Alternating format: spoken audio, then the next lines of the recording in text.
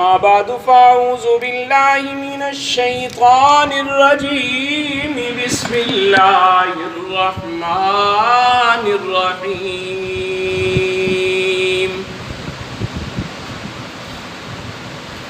ولو أن أهل القرى آمنوا واتقوا لفتحنا عليهم بركات من السماء والأرض صدق الله خالقنا العظيم وصدق رسوله النبي الكريم ونحن على ذلك لمن الشاهدين والشاكرين والحمد لله رب العالمين.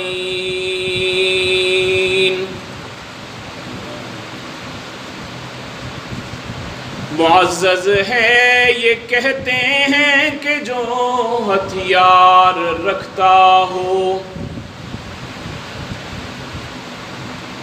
معزز ہے کہ یہ کہتے ہیں کہ جو ہتھیار رکھتا ہو، زبان تلوار رکھتا ہو، دل جرار رکھتا ہو. مخالف ہے مگر اس کا سراسر تجربہ میرا، مخالف ہے سراسر اس کے تجربہ میرا. معزز وہ ہے دنیا میں جو دینار چار رکھتا ہو. کھنک سکوں کی جیب سے آئی نہ کانوں میں، کھنک سکوں کی آئی جیب سے نہ کانوں میں، نہیں اس کے پرائے جو رشتے دار رکھتا ہو. نہ بیٹا اس کی سنتا ہے نہ بیوی سے ہی بنتی ہے، براہیمی معزز اس کو کہتے ہیں جو درہم چار رکھتا ہو. سب حضرات عقیدت اور محبت کے ساتھ نماز والا درود پاک پڑھیں. اللہم صلی علی محمد وعلی آل محمد کما صلیت علی ابراہیم وعلی آل ابراہیم انکا حمید مجید. اللہم بارک علی محمد وعلی آل محمد کما بارکت علی ابراہیم وعلی آل ابراہیم انکا حمید مجید. گرامی قدر سامعین، معزز حاضرین، بزرگ و دوستو اور نوجوان ساتھیوں،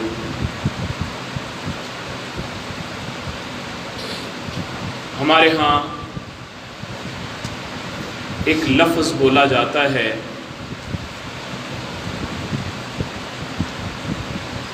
برکت کا لفظ، اور ایک لفظ ہمارے ہاں کثرت کا بولا جاتا ہے.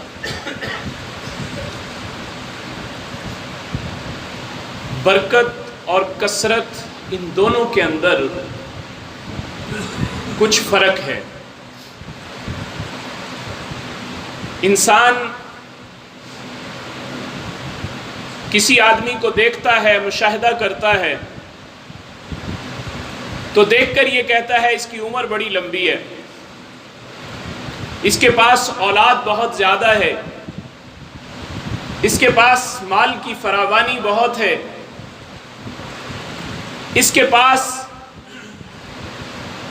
صحت کا خزانہ موجود ہے. یہ ساری کی ساری چیزیں انسان دیکھتا ہے اور دیکھ کر خود فیصلہ کرتا ہے کہ اس کے پاس یہ ساری چیزیں ہیں. لیکن برکت کا مفہوم کچھ اس سے مختلف ہے. برکت کسے کہتے ہیں کہ چیز ہو تو کم مگر انسان کی ضرورت کے لیے کافی ہو جائے، اسے برکت کہتے ہیں. بہت زیادہ نہیں ہے لیکن کم ہے اور اس کم میں بھی اللہ ضروریات کو پورا کر دیں، اسے برکت کہتے ہیں۔ ایک بزرگ تھے، ان کا بیٹا ان سے کہنے لگا ابا جی مجھے ذرا برکت کا مفہوم تو سمجھائیں، برکت کس کو کہتے ہیں؟ انہوں نے بیٹے کا ہاتھ پکڑا اور پکڑ کر اپنے گھر کی چھت پہ لے گئے اور چھت پر لے جا کر کہا بیٹا یہ گیزر دیکھ رہے ہو تم، یہ سامنے لگا ہوا ہے؟ کہا جی ابا جان دیکھا میں نے۔ کہتے بیٹا یہ برکت ہے۔ کہنے لگا ابا جان سوال کیا کیا ہے آپ سے اور آپ جواب کیا دے رہے ہیں؟ سوال میں نے آپ سے کیا ہے مجھے برکت کا مفہوم سمجھائیں، آپ مجھے گیزر دکھا رہے ہیں اور مجھے کہہ رہے ہیں یہ برکت ہے۔ فرمانے لگے بیٹا یہ گیزر تیری پیدائش سے بھی پہلے کا لگا ہوا ہے اور اب تک اس میں کوئی خرابی نہیں ہوئی، یہ ہماری ضرورت کو پورا کر رہا ہے۔ تیری عمر 20 سال ہو چکی ہے، یہ 30 سال سے گیزر لگا ہوا ہے اور یہ ہماری ضرورت پورا کر رہا ہے، اسی کا نام برکت ہے۔ بڑے خوبصورت انداز سے یہ بات سمجھا دی۔ تو حقیقت میں آج ہم میں سے ہر بندہ یہ سمجھتا ہے، کسی آدمی کی تنخواہ 20,000 ہے، وہ سمجھتا ہے اگر 30,000 ہو جائے تو میرے مسئلے حل ہو جائیں گے۔ کسی کی 30 ہے تو وہ کہتا ہے 50 ہو جائے تو مسئلے حل ہو جائیں گے۔ اور کسی کے پاس جناب اگر وہ کسی ملازمت پہ لگا ہوا ہے، وہ کہہ رہا ہے جی میرا اس گریڈ میں ہے، اگر اس سے اگلا گریڈ ہو جائے تو میں کامیاب ہو جاؤں گا۔ کیا تنخواہ کے بڑھ جانے سے، کیا گریڈ کے بڑھ جانے سے، فیکٹریوں کے بڑھ جانے سے، دکانوں کے بڑھ جانے سے کیا ہمارے مسائل حل ہو جائیں گے؟ ایسا قطعاً نہیں ہوگا۔ برکت ہوگی تو مسائل حل ہوں گے، اگر وہ اتنے زیادہ کے اندر بھی برکت نہیں ہے تو ہمارے مسائل حل نہیں ہو سکیں گے۔ تو اللہ سے جب بھی سوال کیا جائے تو اس سے کثرت کا سوال نہ کیا جائے، بلکہ اس سے برکت کا سوال کیا جائے کہ مولا جو تو مجھے عطا کرے وہ برکت والا عطا فرما۔ مولانا قاسم نانوتوی رحمت اللہ علیہ بہت بڑے اللہ والے تھے، دارالعلوم دیوبند کے بانی تھے ہندوستان کے اندر۔ تو حضرت دارالعلوم دیوبند کی بنیاد رکھی تھی حضرت نے، بہت تقوی والے انسان تھے۔ تو حضرت کے پاس ایک دن کچھ لوگ آ گئے، کس نے بھیجا ہے؟ کہتے جی نواب آف بہاولپور نے بھیجا ہے۔ کیوں آئے ہو؟ کہنے لگے جی نواب آف بہاولپور نے بہاولپور میں ایک یونیورسٹی بنائی ہے جس میں 1,00,000 سے زائد کتب آپ کے مطالعے کے لیے رکھی ہیں، بڑی عالی شان یونیورسٹی، کیا کرنے آئے ہو؟ کہنے لگے حضرت ہم آپ کے پاس آئے ہیں کہ آپ آ کر ہماری یونیورسٹی کے اندر پڑھانا شروع کر دیں۔ آپ کو دارالعلوم دیوبند سے جو وظیفہ ملتا ہے ہم اس وظیفے سے زیادہ وظیفہ آپ کو دیں گے۔ آپ کو کتنا یہاں سے وظیفہ ملتا ہے؟ حضرت فرمانے لگے مجھے 3 روپے وظیفہ یہاں سے ملتا ہے، 3 روپے وظیفہ ملتا ہے۔ تو کہنے لگے حضرت ہم آپ کو 100 روپیہ وظیفہ دیں گے، آپ ہمارے ساتھ وہاں تشریف لے آئیں۔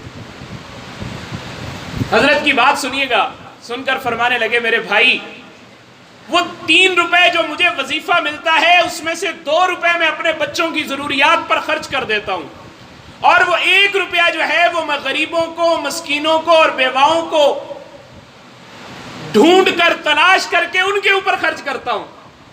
تو اب مجھے تم یہ بتاؤ کہ میرے گھر کی ضرورت تو ہے 2 روپے، اگر تم مجھے 100 روپیہ دو گے تو میں اس 100 روپے کو لے کر 2 روپے سے اپنے گھر کی ضروریات پوری کروں گا، اور باقی 98 روپے کے لیے مجھے کتنے فقراء کو، غریبوں کو، مسکینوں کو ڈھونڈنا پڑے گا، میرا تو سارا وقت ہی اس میں لگ جائے گا، لہٰذا میں کہیں چھوڑ کر نہیں جا رہا، میں جہاں پر ہوں میں 3 روپے کے اندر بھی بڑا خوش ہوں، مجھے اللہ اسی میں برکت دے رہا ہے، مجھے اللہ اسی میں برکت دے رہا ہے، میری اللہ ضروریات کا کفیل اسی میں ہوئے جا رہا ہے۔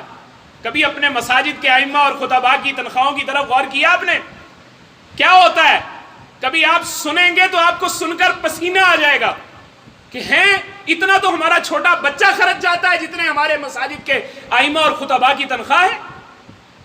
لیکن حقیقت بات یہ ہے کہ اللہ نے ان اماموں اور خطباء کے تنخواہ میں، پیسوں میں برکت رکھ دی ہے کہ ایک عام آدمی کا لائف سٹائل وہ نہیں ہوگا جو اللہ نے ایک امام کو عطا کیا ہوتا ہے۔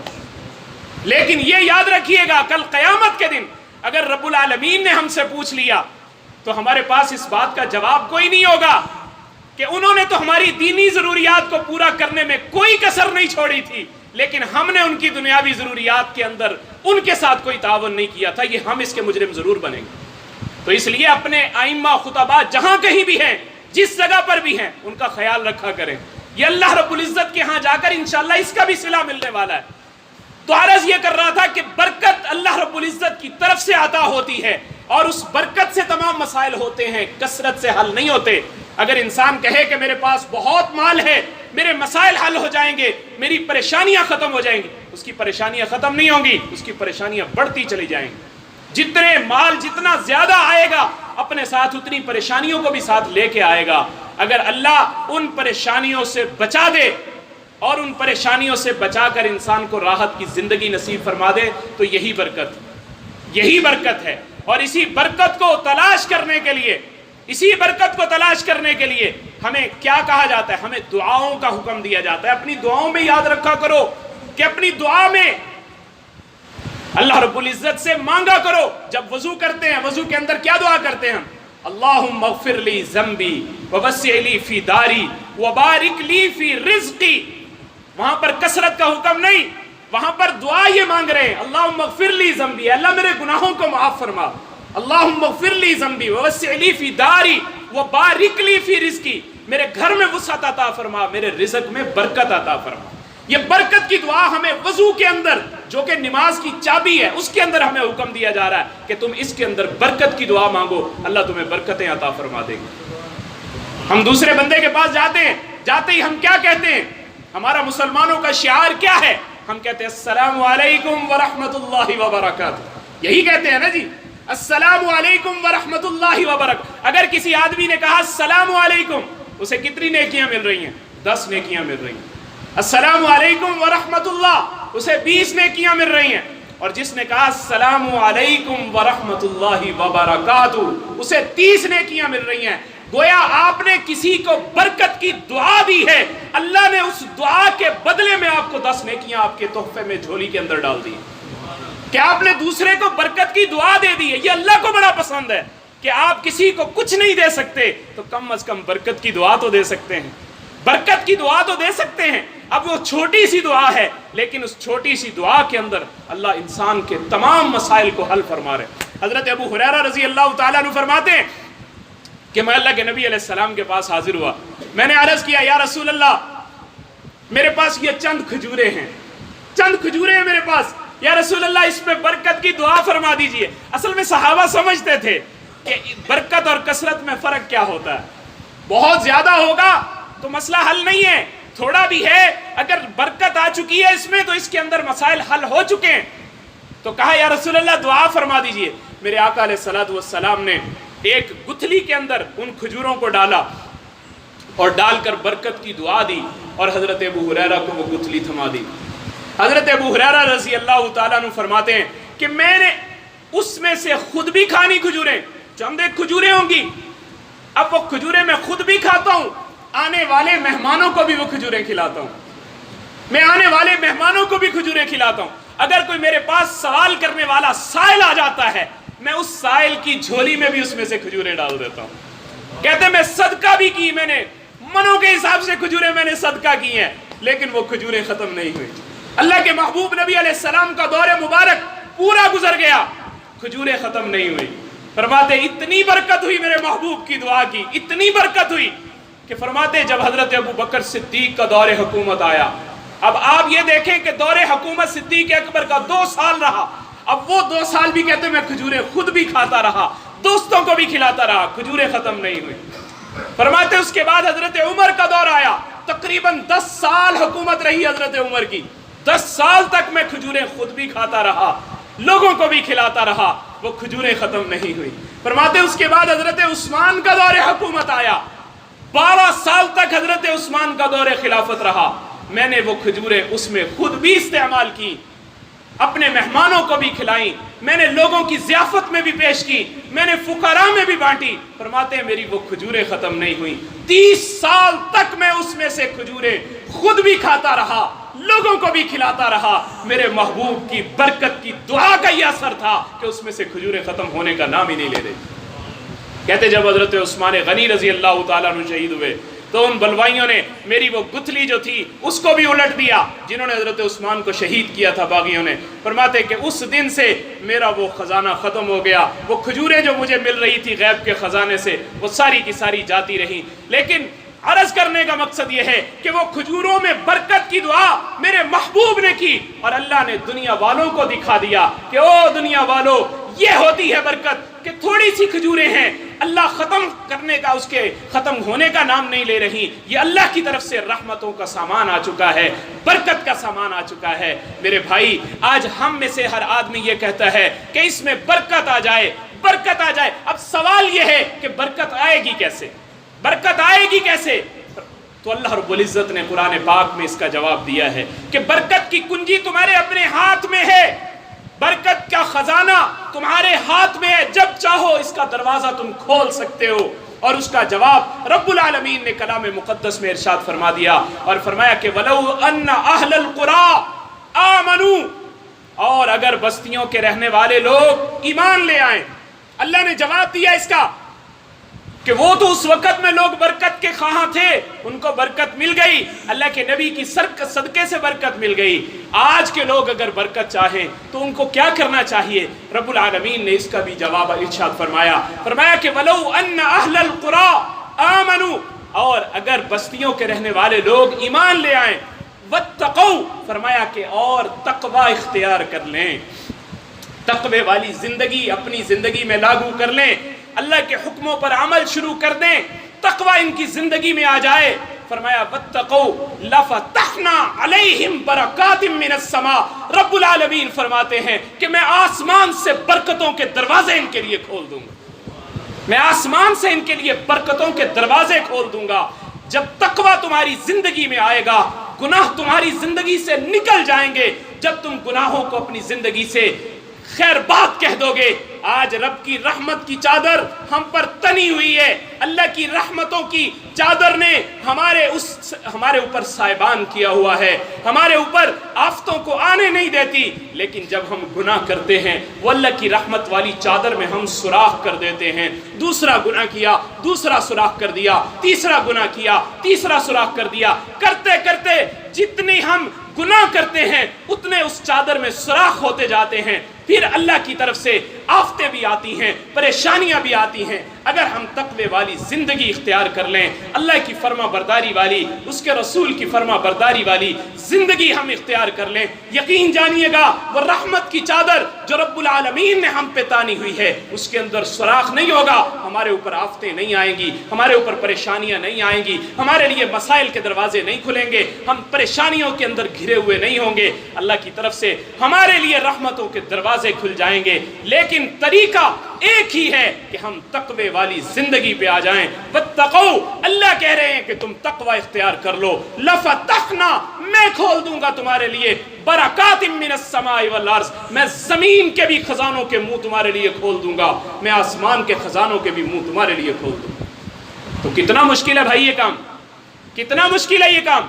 یہ کام کوئی مشکل نہیں ہے اگر ہم تھوڑا سا کمٹمنٹ کر لیں اپنے مالک سے کہ مولا تو مجھے اتنا کچھ دے رہا ہے، میں تیرے حکم کے اوپر تیرے فرما برداری بھی نہیں کر سکتا، میں تقوی والی زندگی بھی اختیار نہیں کر سکتا، یہ تو پھر میری بدبختی ہے نا۔ تو مجھے اپنے اعمال کی اصلاح کرنی ہے، میں اپنے اعمال کی اصلاح کروں اور اپنے بڑے بولوں سے بچوں۔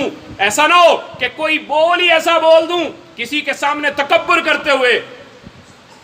ایک اللہ والوں نے لکھا ہے کہ ایک صاحب اپنے گھر کے پاس کھڑے ہوئے چوک میں، دوستوں نے کہا یار کاروباری پریشانیاں بڑی ہیں، بہت کاروباری پریشانیاں ہیں۔ اسے کہنے لگا تم تو ہو ہی بھوکے ننگے، تمہیں کیا ملے گا؟ تم تو ہو ہی بھوکے ننگے، تمہیں کیا ملے گا؟ میرے پاس تو اتنا ہے کہ میری آنے والی 7 نسلیں بھی کھائیں تو کبھی ختم نہ ہو۔ اب یہ جملہ بسا اوقات جب مال آتا ہے تو انسان کے اندر فرعونیت بھی آ جاتی ہے۔ اب وہ فرعونیت جب آتی ہے تو پھر بسا اوقات وہ چنگاری بن کر پورے مال کو جلا کرنے کے لیے کافی ہو جاتی ہے، جلا کر راکھ کر دیتی ہے۔ تو وہ آدمی کچھ دنوں کے بعد بیمار ہو گیا، بیمار ہوا، اب بیماری کے بعد چند مہینے گزرے، انتقال ہو گیا۔ اب بیٹا، اکلوتا بیٹا، اب وہ ایک بیٹا باپ کی پوری جائیداد کا وارث بن گیا۔ اتنی زمین تھی اس آدمی کی کہ 3 ریلوے اسٹیشن اس آدمی کی زمین میں آیا کرتے تھے، ٹرین چلتی تھی تو پہلے اسٹیشن پہ رکتی ہے وہ بھی اسی کی زمین، دوسرے اسٹیشن پہ رکتی ہے وہ بھی اسی کی زمین، تیسرے اسٹیشن پہ رکتی ہے وہ بھی اسی کی زمین، اتنی زمین کا مالک تھا، لیکن ایک بڑا بول ایسا منہ سے بولا کہ میرے پاس تو اتنا ہے، میرے مال کو کوئی ختم نہیں کر سکتا، میرے پاس اتنا مال ہے، میں یہ کر لوں گا۔ اب یہ جملے کہتے ہیں اس کا ایک ہی بیٹا تھا، اب بیٹا باپ کے مرنے کے بعد ساری دولت جب ہاتھ میں آئی تو اب وہ عیاشی پہ لگ گیا، دولت کو اجاڑنے پہ لگ گیا، کرتے کرتے چند دن میں اس نے ایسی دولت اجاڑی، جس چوک میں کھڑے ہو کر باپ نے یہ بات لوگوں کے سامنے کہی تھی، آج بیٹا اسی چوک میں کھڑے ہو کر لوگوں کے سامنے بھیک مانگ رہا ہے، آج اسی چوک میں کھڑا ہو کر بھیک مانگ رہا۔ تو اس لیے اللہ سے جب مانگے برکت مانگے، لیکن اپنی زبان اپنے اعمال اس کے اوپر اپنا کنٹرول رکھے، کہیں ایسا نہ ہو کہ میں اللہ کے غضب کو دعوت دینے والا کوئی ایسا بول دوں، میں اللہ کے غضب کو دعوت دینے والا کوئی ایسا کلمہ کہہ دوں کہ جس سے میرے مال کی برکت اٹھ جائے، جس سے میرے مال کو جلا کر وہ چنگاری چلا کر راکھ کر دے۔ ایسا نہ ہو کہ میں اپنے ہاتھوں سے ہی اپنی دولت کو برباد کرنے کا باعث بن جاؤں۔ میرے محبوب نے ہمیں طریقہ بتایا کہ اپنی دولت کو بڑھانا چاہتے ہیں، اپنے مال کے اندر برکت دینا چاہتے ہیں، میرے محبوب نے یہ ہمیں طریقہ ارشاد فرمایا، صبح کو فجر کی سنتوں اور فرضوں کے درمیان ایک دعا چھوٹی سی، فرمایا سبحان اللہ و بحمدہ سبحان اللہ العظیم استغفر اللہ، فرمایا یہ 100 بار دعا پڑھ لیا کرو، اللہ دنیا کو ذلیل کر کے تمہارے پاس پہنچا دیں گے، اللہ دنیا تمہارے قدموں میں لا کے ڈال دیں گے۔ ایک صحابی اس وظیفے کو پڑھتے رہے، آگے کہا یا رسول اللہ مجھے اللہ نے اتنی دولت دی کہ اب میرے پاس سنبھالنے کے لیے جگہ نہیں ہے، اتنی دولت مجھے عطا کر دی۔ تو گویا رب العالمین کی رحمتوں کو، اس کی برکتوں کو لینے کے لیے ہم کیا کر سکتے ہیں؟ ہم اپنے اللہ کی رحمتوں کو ڈھونڈنے کے لیے تقوی والی زندگی اختیار کر سکتے ہیں۔ ہم ان دعاؤں کا جو ہمیں بتائی گئی ہیں، اپنی ان دعاؤں کا ہم اہتمام کر سکتے ہیں۔ وضو کے اندر کی دعا ہے، اپنے جتنی برکتوں کی دعائیں ہیں، ہم ان دعاؤں کو یاد کر کے اپنے محبوب نبی علیہ الصلوۃ والسلام کا قرب بھی ہمیں نصیب ہوگا، اس لیے کہ جو زبان نبوت سے دعائیں نکلی ہیں، ان نبوت کی منہ سے نکلنے والی دعاؤں کی بھی اپنی تاثیر ہے۔ ایک دعا وہ ہے جو عام ہے، اور ایک دعا وہ ہے جو میرے محبوب کی زبان مبارک سے نکل گئی۔ اب محبوب کی زبان مبارک سے نکلنے والی دعا کی تاثیر بھی بدل جاتی ہے، اس لیے کہ اللہ کے محبوب نبی کی زبان مبارک سے نکلی۔ تو اس لیے ان دعاؤں کا ہم اہتمام شروع کر دیں، اور اللہ سے جب مانگے کثرت نہیں بلکہ برکت مانگے کہ مولا میرے مال میں برکت عطا فرما، میری عمر میں برکت عطا فرما، میری صحت میں برکت عطا فرما، میری اولاد میں برکت عطا فرما، میرے مال میں برکت عطا فرما۔ جب برکت مانگیں گے یقین جانیے گا ہمارے اولاد بھی ہماری فرما بردار ہوگی، ہمارا مال بھی ہمارے لیے ضروریات کے اندر کفیل ہو جائے گا، ہمارے مسائل بھی اللہ اسی کے اندر حل کرنا شروع کر دیں گے، ہماری پریشانیاں ختم ہونا شروع ہو جائیں گی۔ اللہ سے دعا ہے کہ اللہ مجھے بھی اور آپ کو بھی ان باتوں پر عمل کرنے کی توفیق نصیب فرمائے۔ وآخر دعوانا الحمدللہ رب العالمین۔